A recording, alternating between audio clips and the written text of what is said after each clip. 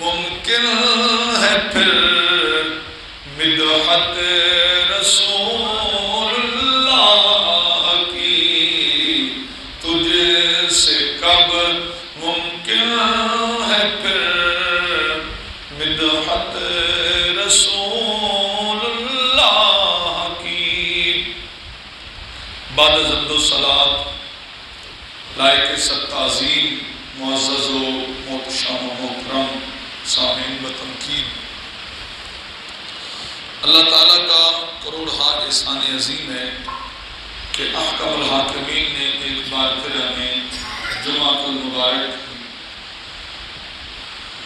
مبارک ساعتیں عطا فرمائیں۔ وحدہ لا شریک ہماری حاضری اپنی بارگاہ احسان کی قبول فرمائے۔ بسم اللہ الرحمن الرحیم، جس کو تسمیہ بھی کہتے ہیں، اس حوالے سے سورۃ الفاتحہ کی ابتدائی آیات کے حوالے سے چند معروضات پیش کرنے کی سعادت حاصل کروں گا۔ دعا فرمائیں وحدہ لا شریک میری زبان پہ کلمۃ الحق جاری فرمائیں۔ بسم اللہ الرحمن الرحیم، یہ آپ نے دیکھا ہوگا سورہ توبہ سے علاوہ قرآن مجید کی ہر سورت کی ابتدا میں یہ تشریف فرما ہے۔ سورہ فاتحہ سے لے کر سورہ الناس تک تمام سورتوں کی ابتدا بسم اللہ الرحمن الرحیم سے ہوتی ہے۔ علماء کرام فرماتے ہیں یہ بسم اللہ الرحمن الرحیم سورت کا جز نہیں ہے، بلکہ یہ بسم اللہ حد فاصل ہے۔ یہ اعلان کرتا ہے کہ پہلی سورت ختم ہو گئی ہے اور اگلی سورت کی ابتدا ہو رہی ہے، اس لیے بسم اللہ الرحمن الرحیم کو سورتوں کے شروع میں لکھا جاتا ہے۔ قرآن مجید جب بھی تلاوت کرو تو یہ حدیث پاک ہے، سرکار دو عالم صلی اللہ علیہ وسلم کا مبارک فرمان بھی ہے، اور حضرت جبریل علیہ السلام نے یہ تعوذ اور تسمیہ یعنی اعوذ باللہ من الشیطان الرجیم اور بسم اللہ الرحمن الرحیم حضور فرماتے ہیں کہ یہ مجھے لوح محفوظ سے لا کر دی کہ اللہ تعالیٰ نے فرمایا مفہوماً محبوب گرامی صلی اللہ علیہ وسلم کو یہ پیش کی جائے تاکہ اپنی امت کو عطا فرمائیں، جب بھی کوئی کام کریں تو تعوذ اور تسمیہ اس کی ابتدا ساتھ لازمی کریں۔ ہمارے کتب کی ابتدا درس نظامی کی کتب ہو یا دیگر جو بھی کتب ہو تو شروع میں بسم اللہ الرحمن الرحیم لکھا ہوتا ہے۔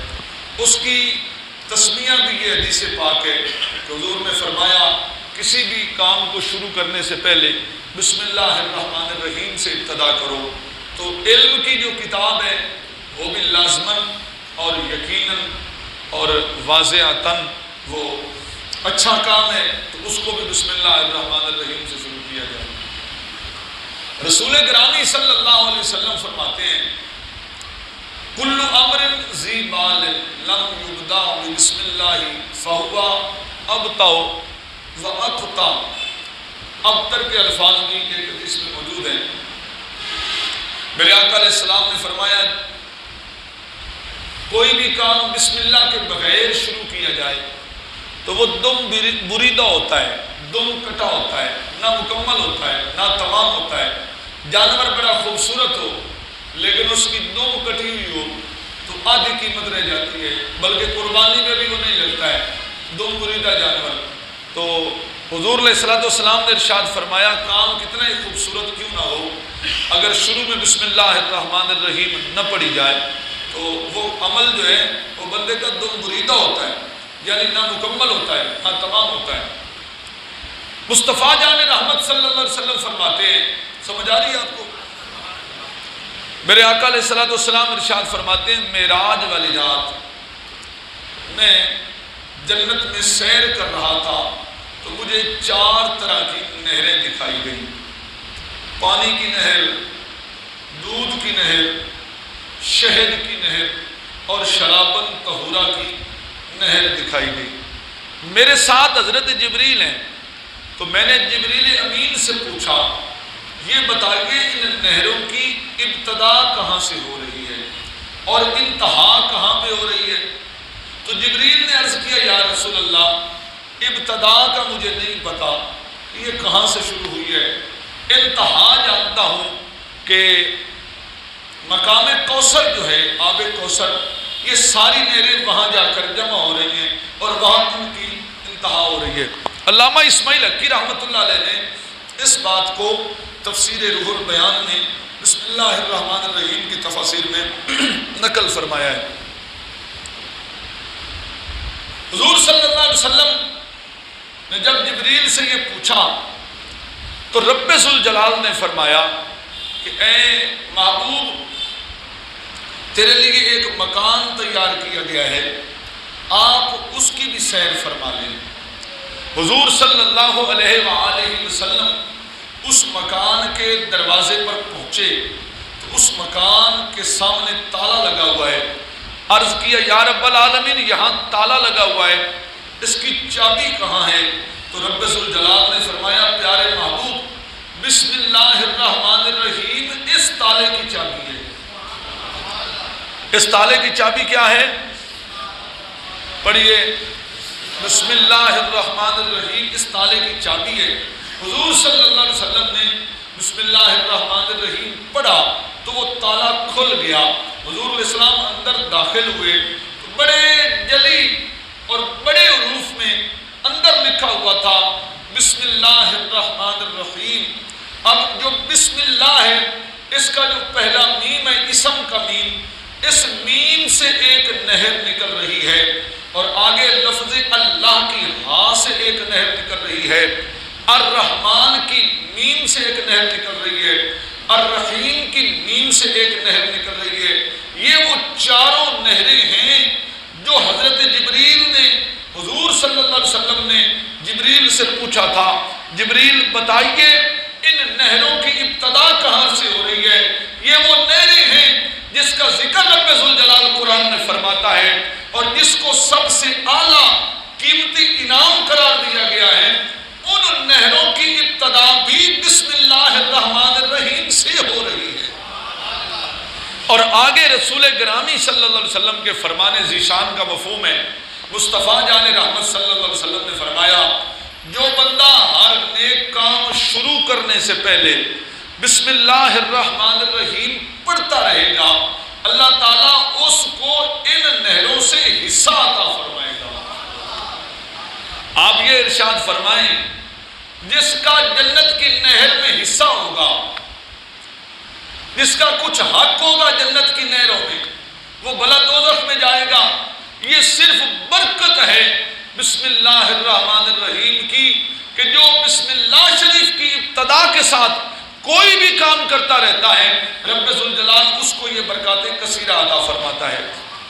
اچھا یہاں پر ایک بات یہ بھی سماعت فرمائیں، ہمارے ہاں ہماری یہ مسجد ہو یا وہ مسجد ہو یہ آرا منڈی والی مسجد شمار ہوتی ہے۔ ہمارے اکثر آرے 100-150 کے قریب یہاں پہ کو آرے لگے ہوئے ہیں اور ہمارے اکثر جو آرے ہیں وہاں پر کاریگر جو کام کرتے ہیں انہوں نے بڑی بڑی ٹیپیں لگائی ہوئی ہیں، ڈیک لگائے ہوئے ہیں، دھامے لگائے ہوئے ہیں اور خوب سارا دن گانے چلتے ہیں، حتیٰ کہ ان کو وہ آرے کی آواز بھی نہ آئے، گانے کی آواز کان میں پڑنی چاہیے۔ وہ جو کیل ٹھونک رہا ہوتا ہے، پھٹی بنا رہا ہوتا ہے، وہ بھی جناب ٹیپ لگا کے بیٹھا ہوتا ہے۔ کوئی دکاندار ہے چائے بیچ رہا ہے وہ بھی گانے چلا کے بیٹھا ہے، فلم چلا کے بیٹھا ہے۔ ذہن کیا بن چکا ہے ہمارا؟ او چشتی صاحب تن کے پتا اے محنت طلب کام میں تے ذہن کدائی نہ کدائی لگا رہے تے تاں جا کے کم ہوتا ہے، دھیان کہیں نہ کہیں بٹا رہے۔ میں نے کہا یہ دل لگی کے سودے ہیں، قرآن پڑھ کر بھی تو یہ کام ہو سکتا ہے، تلاوت قرآن کے ساتھ تو برکت حاصل کی جا سکتی ہے، درود پڑھ کر بھی تو یہ کام ہو سکتا ہے۔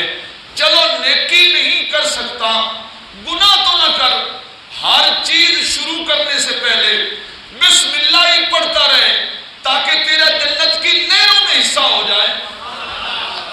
صرف بسم اللہ الرحمن الرحیم ہی پڑھتا رہے، جنت کی نہروں میں حصہ پا جائے۔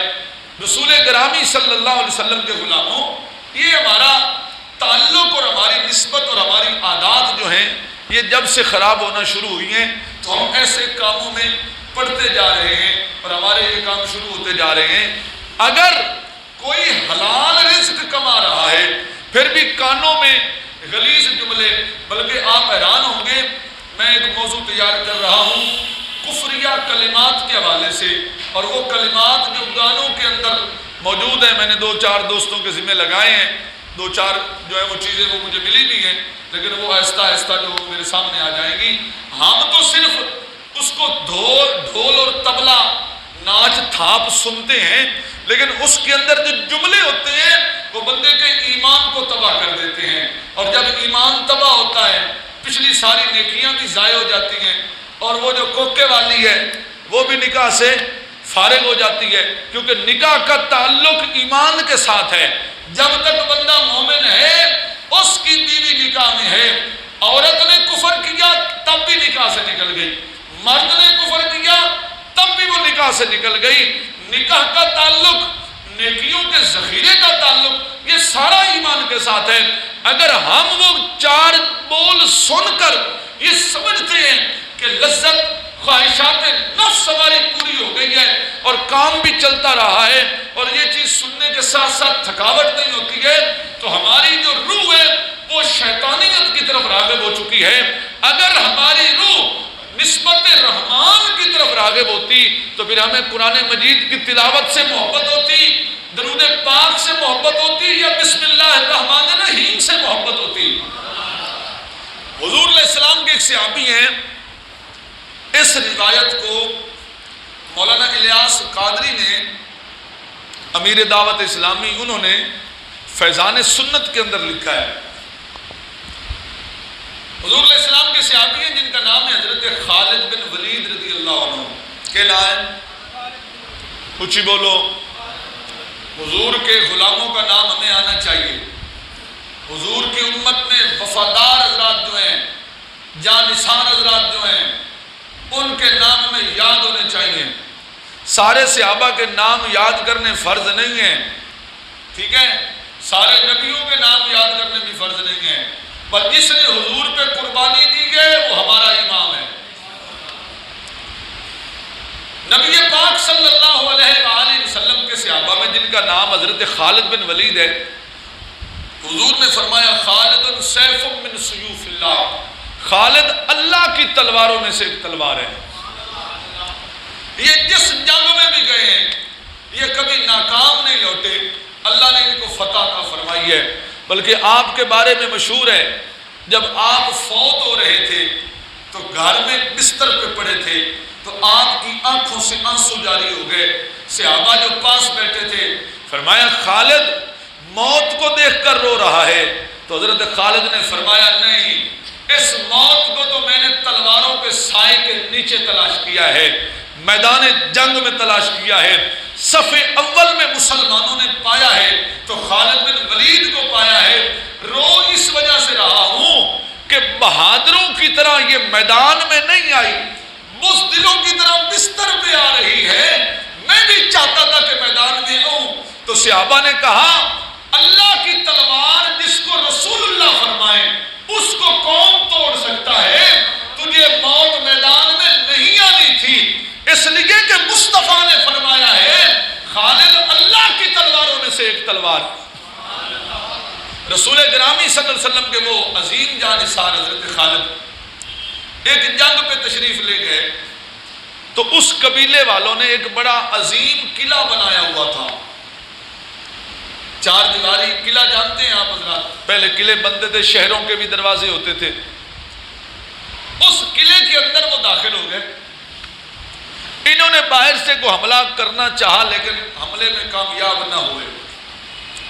کچھ 4-5 سردار ان کے قلعے کے دروازے پہ چڑھ کے کہتے ہیں کہ آپ ہماری ملاقات اپنے سردار سے کروائیں، اپنے امیر سے کروائیں۔ حضرت خالد بن ولید گھوڑا دوڑایا اور آگے آگے بولو۔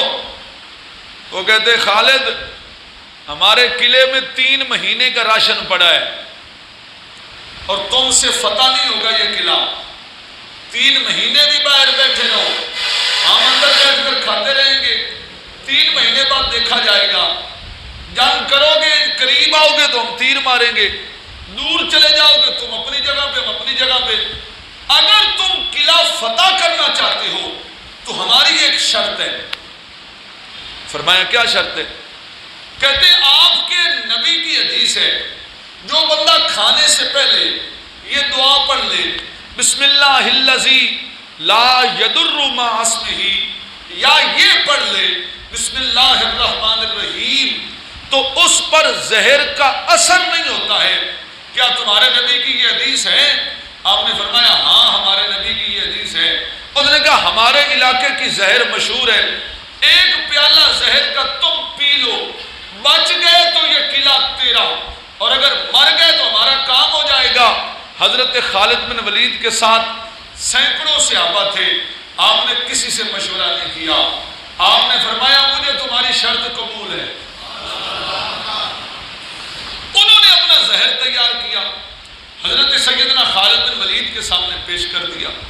خالد بن ولید نے پیالہ ہاتھ میں اٹھایا تو ساتھ جو صحابہ تھے انہوں نے کہا قرآن فرماتا ہے لا تلقوا بأیدیکم الی التہلکہ، اپنے ہاتھوں ہلاکت میں نہ پڑو، اپنے آپ کو ہلاکت میں نہ ڈالو، تو تم اپنے ہاتھوں زہر پی رہے ہو۔ فرمایا آج اپنے ہاتھوں ہلاکت میں ڈالنے کی بات نہیں ہے، آج رسول اللہ کی حدیث کو چیلنج کیا گیا ہے، آج حضور کی عزت کی بات ہے، آج ناموس مصطفیٰ کی بات ہے، آج محمد عربی کے فرمان کے صداقت کی بات ہے۔ حضرت خالد بن ولید نے بلند آواز سے پڑھا بسم اللہ الرحمن الرحیم، اور ساتھ وہ دعا بھی پڑھی بسم اللہ الذی لا یضر مع اسمہ، اللہ کے نام سے شروع، اور وہ مبارک نام ایسا ہے کہ جس نام کی برکت سے کوئی چیز بھی مضر نہیں ہوتی ہے، کوئی چیز بھی نقصان دہ نہیں ہوتی ہے۔ حضرت خالد بن ولید نے یہ پڑھا، جب آپ نے پڑھا پیالہ منہ کو لگایا پی گئے۔ اب وہ جو سردار تھے وہ اپنی بات میں بڑے پکے تھے، انہوں نے کہا ابھی چکر آئیں گے، ابھی لڑکھڑائے گا، ابھی گرے گا، ابھی تڑپے گا، اندر کٹ جائے گا، روح نکل جائے گی، بندہ قتل ہو جائے گا اور ہماری فتح ہو جائے گی۔ لیکن خالد بن ولید اپنے اس زین گھوڑے کی زین پر بیٹھے ہوئے وہیں پر ڈٹے رہے اور اپنے پاؤں جمائے رکھے۔ 1 گھنٹہ گزرا، 2 گھنٹے گزرے، تیسرے گھنٹے آپ نے فرمایا او کتنا ٹائم ہے تمہاری زہر کا، کب اثر کرے گی؟ وہ کہتے ہیں یہ تو وہ زہر ہے جو اس کو سونگھ لیتا ہے وہ مر جاتا ہے، اور تو نے پی لی ہے پھر بھی کھڑا ہے۔ فرمایا تمہیں اپنی زہر پہ مان ہوگا، مجھے محمد عربی کے فرمان پہ مان ہے۔ میرے محبوب نے فرمایا ہے جب کوئی بسم اللہ الرحمن الرحیم پڑھ لیتا ہے اس پر زہر بھی اثر نہیں کرتی ہے۔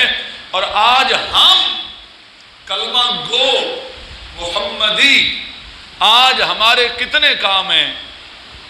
ہو سکتا ہے سانو صرف بسم اللہ روٹی ویلے یاد آندی ہوئے، صرف روٹی ویلے، وہ بھی کئیوں نو کوئی نہ، بالخصوص جو نوجوانوں کی آج کل پارٹیاں ہیں، یہ ڈرنک پارٹی ہے، یہ جناب پیزا پارٹی ہے، یہ جناب فلاں پارٹی ہے، اس پیزے میں تو ابتدا بھی گالیوں سے ہوتی ہے اور ایک دوسرے پر تبرے سے ہوتی ہے، کیونکہ آج کے نوجوان اکثریت کے ساتھ تہذیب سے ناآشنا ہو چکے ہیں، اور اسلامی تہذیب تو خیر پس پشت ڈال چکے ہیں، آداب اور مؤدب و مؤدب ہونا اس بات سے بھی باہر نکلتے چلے جا رہے ہیں۔ السلام علیکم کہنے کی بجائے لیٹسٹ الفاظ آ رہے ہیں، وہ لیٹسٹ ہونا چاہیے، وہ کسی بھی بولی سے ہو، کوئی بھی لینگویج ہو۔ ایک عرصہ پہلے علماء نے اس پر بڑا زور دیا کہ ایک جماعت پیدا ہو گئی ہے، او جی السلام علیکم کی جگہ جھولے لال کہتے ہیں، سنیں اور تسی ساڑھے نالوں زیادہ معاشرے چلاتے ہو، ساڑھا تے ادھا ٹائم کتابیں نہیں گزرتا ہے، تم تو بہتر جانتے ہو، او جی جھولے لال اور بھی کچھ نام جو ہیں وہ آتے گئے۔ اسلام کا جو سنہرا اصول ہے یہ کسی قوم، کسی علاقے، کسی جماعت، تحریک و تنظیم، کسی پارٹی کے لیے نہیں ہے۔ اسلام کا اصول ہر گورے کالے کے لیے ہے، ہر اجنبی اجنبی کے لیے ہے، ہر امیر و غریب کے لیے ہے، ہر سردار و نوکر کے لیے ہے، بلکہ اسلام کا یہ اصول قیامت تک آنے والے ہر محمدی کے لیے ہے۔ ہمارے کتنے نوجوان ہیں جو بسم اللہ الرحمن الرحیم، حضور علیہ السلام کا فرمان ہے کہ جو کام شروع کیا جائے، جب بھی کوئی کام شروع کیا جائے تو بسم اللہ الرحمن الرحیم پڑھا جائے۔ اچھا، ایک ہوتی ہے برکت، ایک ہوتی ہے کثرت۔ ہمارے ہاں کثرت ہوتی جا رہی ہے، برکت ختم ہوتی جا رہی ہے، برکت سے ہم دور ہوتے جا رہے ہیں۔ تو ایک سادہ سا اور سنہرا اصول یاد کیجئے، جب اٹھیے تو بسم اللہ الرحمن الرحیم کی تلاوت کیجئے، کسی کام کو شروع کریے۔ ہاں، ایک اور میں نے حدیث پڑھی تھی، اگرچہ اس کی سند پہ گرا ہے، غالباً یہ مستدرک شریف کے اندر حدیث ہے، سرور عالم صلی اللہ علیہ وآلہ وسلم نے فرمایا جب بھی کوئی بندہ کوئی کام شروع کرتا ہے اور بسم اللہ الرحمن الرحیم سے شروع کرتا ہے، جتنی دیر وہ کام کرتا رہے گا فرشتے اس کے نامہ عمل میں نیکیاں لکھتے رہیں گے۔ اچھا، ہن سوچو، اگر ایک بندہ دیہاڑی کے گیا ہے، تگاری اٹھا رہا ہے، مزدوری کے لیے گیا ہے، اس نے مزدوری والا کام شروع کرنے سے پہلے بسم اللہ الرحمن الرحیم پڑھ لیا، 8 گھنٹے اس نے کام کیا، راتی اپنی شام نو مزدوری اجرت دیہاڑی لے کے آیا ہے، تو جیڑا اتھے لکھیا جا رہے ہیں اس کا تو شمار ہی نہیں ہے، وہ ان گنت ہے۔ اصل مسئلہ ہمارا یہ ہے کہ ہم عمل کی دنیا سے دور ہوتے چلے جا رہے ہیں، ہمیں کچھ بھی نہ کرنا پڑے،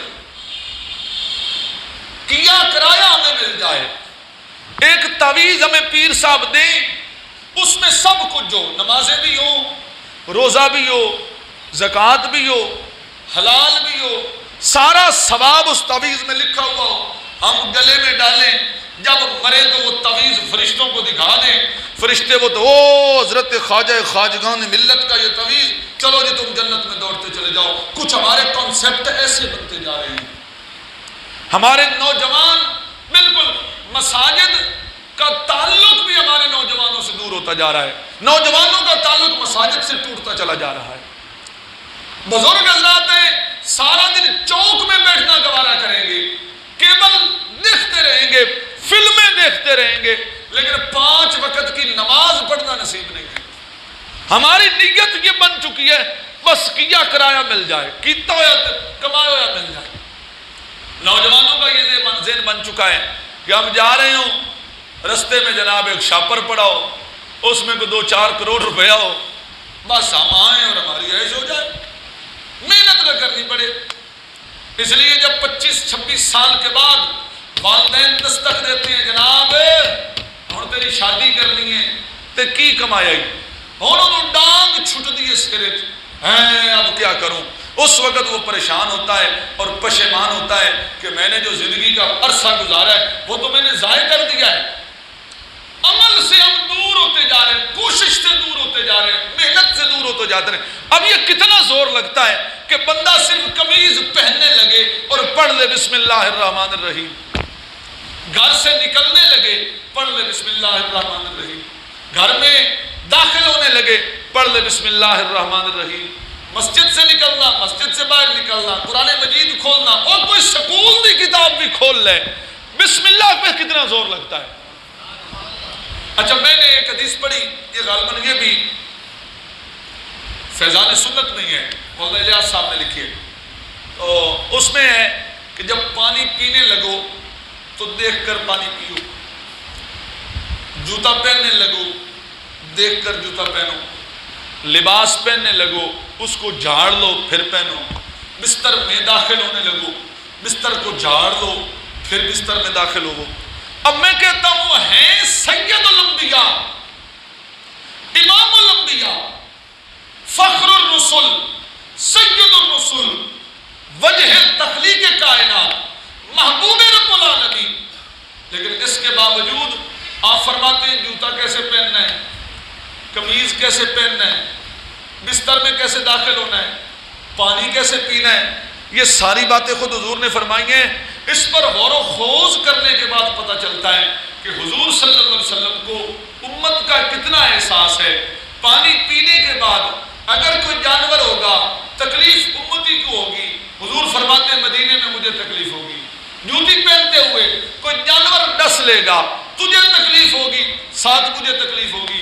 لباس پہنتے ہوئے کوئی جانور اندر موجود ہے، بستر میں داخل ہوتے ہوئے اندر موجود ہے، تو حضور امت سے محبت کا تقاضا فرماتے ہوئے یہ پہلے بیان فرما رہے ہو یہ بھی کر لیا کرو کہ حضور صلی اللہ علیہ وآلہ وسلم سید الانبیاء ہو کر فرما رہے ہو بستر جھاڑ کر اندر داخل ہو. فائدہ کس کا ہے؟ اچھا ابھی نوجوان ہو جو والدین ہیں یہ حدیث سن کر ان کی کیفیت اور ہے، جو نوجوان ہیں ان کی کیفیت اور ہے. جب والدین اپنے بچوں کے بارے میں سوچتے ہیں تو ان کی وہی سوچ ہوتی ہے جو مصطفیٰ کریم نے عطا فرمائی ہے. لیکن جو نوجوان ہے سستی اور کاہلی کا شکار ہوتا ہے تو وہ یہ سمجھتا ہے یہ مولوی صاحب کی فضول سی بات ہے. جب بندہ پریکٹیکل لائف میں داخل ہوتا ہے تو اس وقت ان چیزیں جو اثر انداز ہوتی ہیں. بسم اللہ الرحمن الرحیم کے حوالے سے میں نے آپ کو 3 حدیث پیش کی.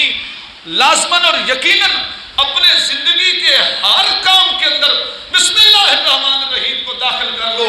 وحدہ لا شریک کی قسم وقت میں بھی برکت ہو جائے گی اور اللہ ہر کار خیر میں بھی برکتیں عطا فرمائے گا. پچھلے سال چلو ایک بات اور یاد آ گئی، ٹائم ہو گیا. پچھلے سال ربیع الاول شریف میں ایک جگہ پہ میں حاضر ہوا تو وہاں میرے ساتھیوں نے کہا کہ آپ اصلاح معاشرہ کے حوالے سے گفتگو کریں. ہمارے یہاں شہر کے قریب ہی ایک گاؤں ہے، وہ بندہ بھی زندہ ہے. تو میں نے بسم اللہ الرحمن الرحیم پہ وہاں گفتگو کی اور یہ میں نے کہا کہ بسم اللہ الرحمن الرحیم سے برکتیں ہوتی ہیں. اس پر میں نے اور بھی حدیث پیش کی. کوئی ایک عرصہ بعد میں وہاں تقریر کرنے گیا، یعنی کوئی 2-3 مہینے بعد وہاں گیا تو ایک بزرگ آئے اور میرا ہاتھ چومنے لگے اور مجھے کہتے ہیں مولانا آپ نے یہ کہا تھا کہ بسم اللہ الرحمن الرحیم کی برکتیں ہوتی ہیں. میں سرکاری ملازم ہوں، 2-4 ڈنگر بھی رکھے ہوئے ہیں. میں 4 بجے اٹھتا تھا، مال دی پٹھے پٹھے کر کے پھر میں اپنی نوکری تے پہنچنا ہوندا سی. کبھی میرا ناشتہ رہ جاتا، کبھی کپڑے تبدیل کرنے والے رہ جاتے، بڑی مشکل ہوتی تھی. لیکن جس دن سے یہ میں نے حدیث سنی ہے نا کہ جو کام بندہ بسم اللہ سے شروع کرتا ہے اس کام میں بھی برکت ہوتی ہے اور وقت میں بھی برکت ہوتی ہے. اب میں تہجد بھی پڑھ لیتا ہوں، ناشتہ بھی کر لیتا ہوں، نماز فجر بھی پڑھ لیتا ہوں اور ابھی میرا ٹائم پڑا ہوتا ہے. میں نے تجربہ کیا کہ بسم اللہ سے کیسے برکت ہوتی ہے. بسم اللہ الرحمن الرحیم برکات کثیرہ ہیں اور میں نے حدیث پیش کی ہے. سرکار نے فرمایا جو بسم اللہ پڑھتا رہتا ہے رب تعالی جنت کی نہروں میں اس کو حصہ عطا فرمائے گا اور جس کا حصہ جنت کی نہروں میں ہوگا وہ کبھی دوزخ میں نہیں جائے گا. اس لیے بسم اللہ الرحمن الرحیم کو اپنی زندگی کا معمول بنا لو. اور یہ بسم اللہ امت مصطفیٰ میں صرف نہیں ہے، یہ بسم اللہ پہلے نبیوں کی شریعت میں بھی ہے. حضرت سلیمان علیہ السلام کا خط پڑھو، اس کے اندر موجود ہے انہو من سلیمان و انہو بسم اللہ الرحمن الرحیم. ملکہ بلقیس کی طرف جو آپ نے خط لکھا تھا اس کو بھی بسم اللہ الرحمن الرحیم سے شروع فرمایا تھا. تو گفتگو کرنے سے پہلے بسم اللہ ہو، کوئی کام شروع کرنے سے پہلے بسم اللہ ہو، کہیں جانا ہو تو بسم اللہ سے ابتدا ہو. ہماری تو وہ عورتیں بھی اب فوت ہوتی جا رہی ہیں. جب بندہ گھر میں داخل ہوتا تھا تو وہ بسم اللہ الرحمن الرحیم سے استقبال کرتی تھی. اب وہ دور آئندہ نسل کو پڑھانا بھی ہے اور ان کو سمجھانا بھی ہے. جو برکت ان کی بسم اللہ سے ہے وہ آج تک نسلوں میں موجود ہے. وآخر دعوانا ان الحمد للہ رب العالمین.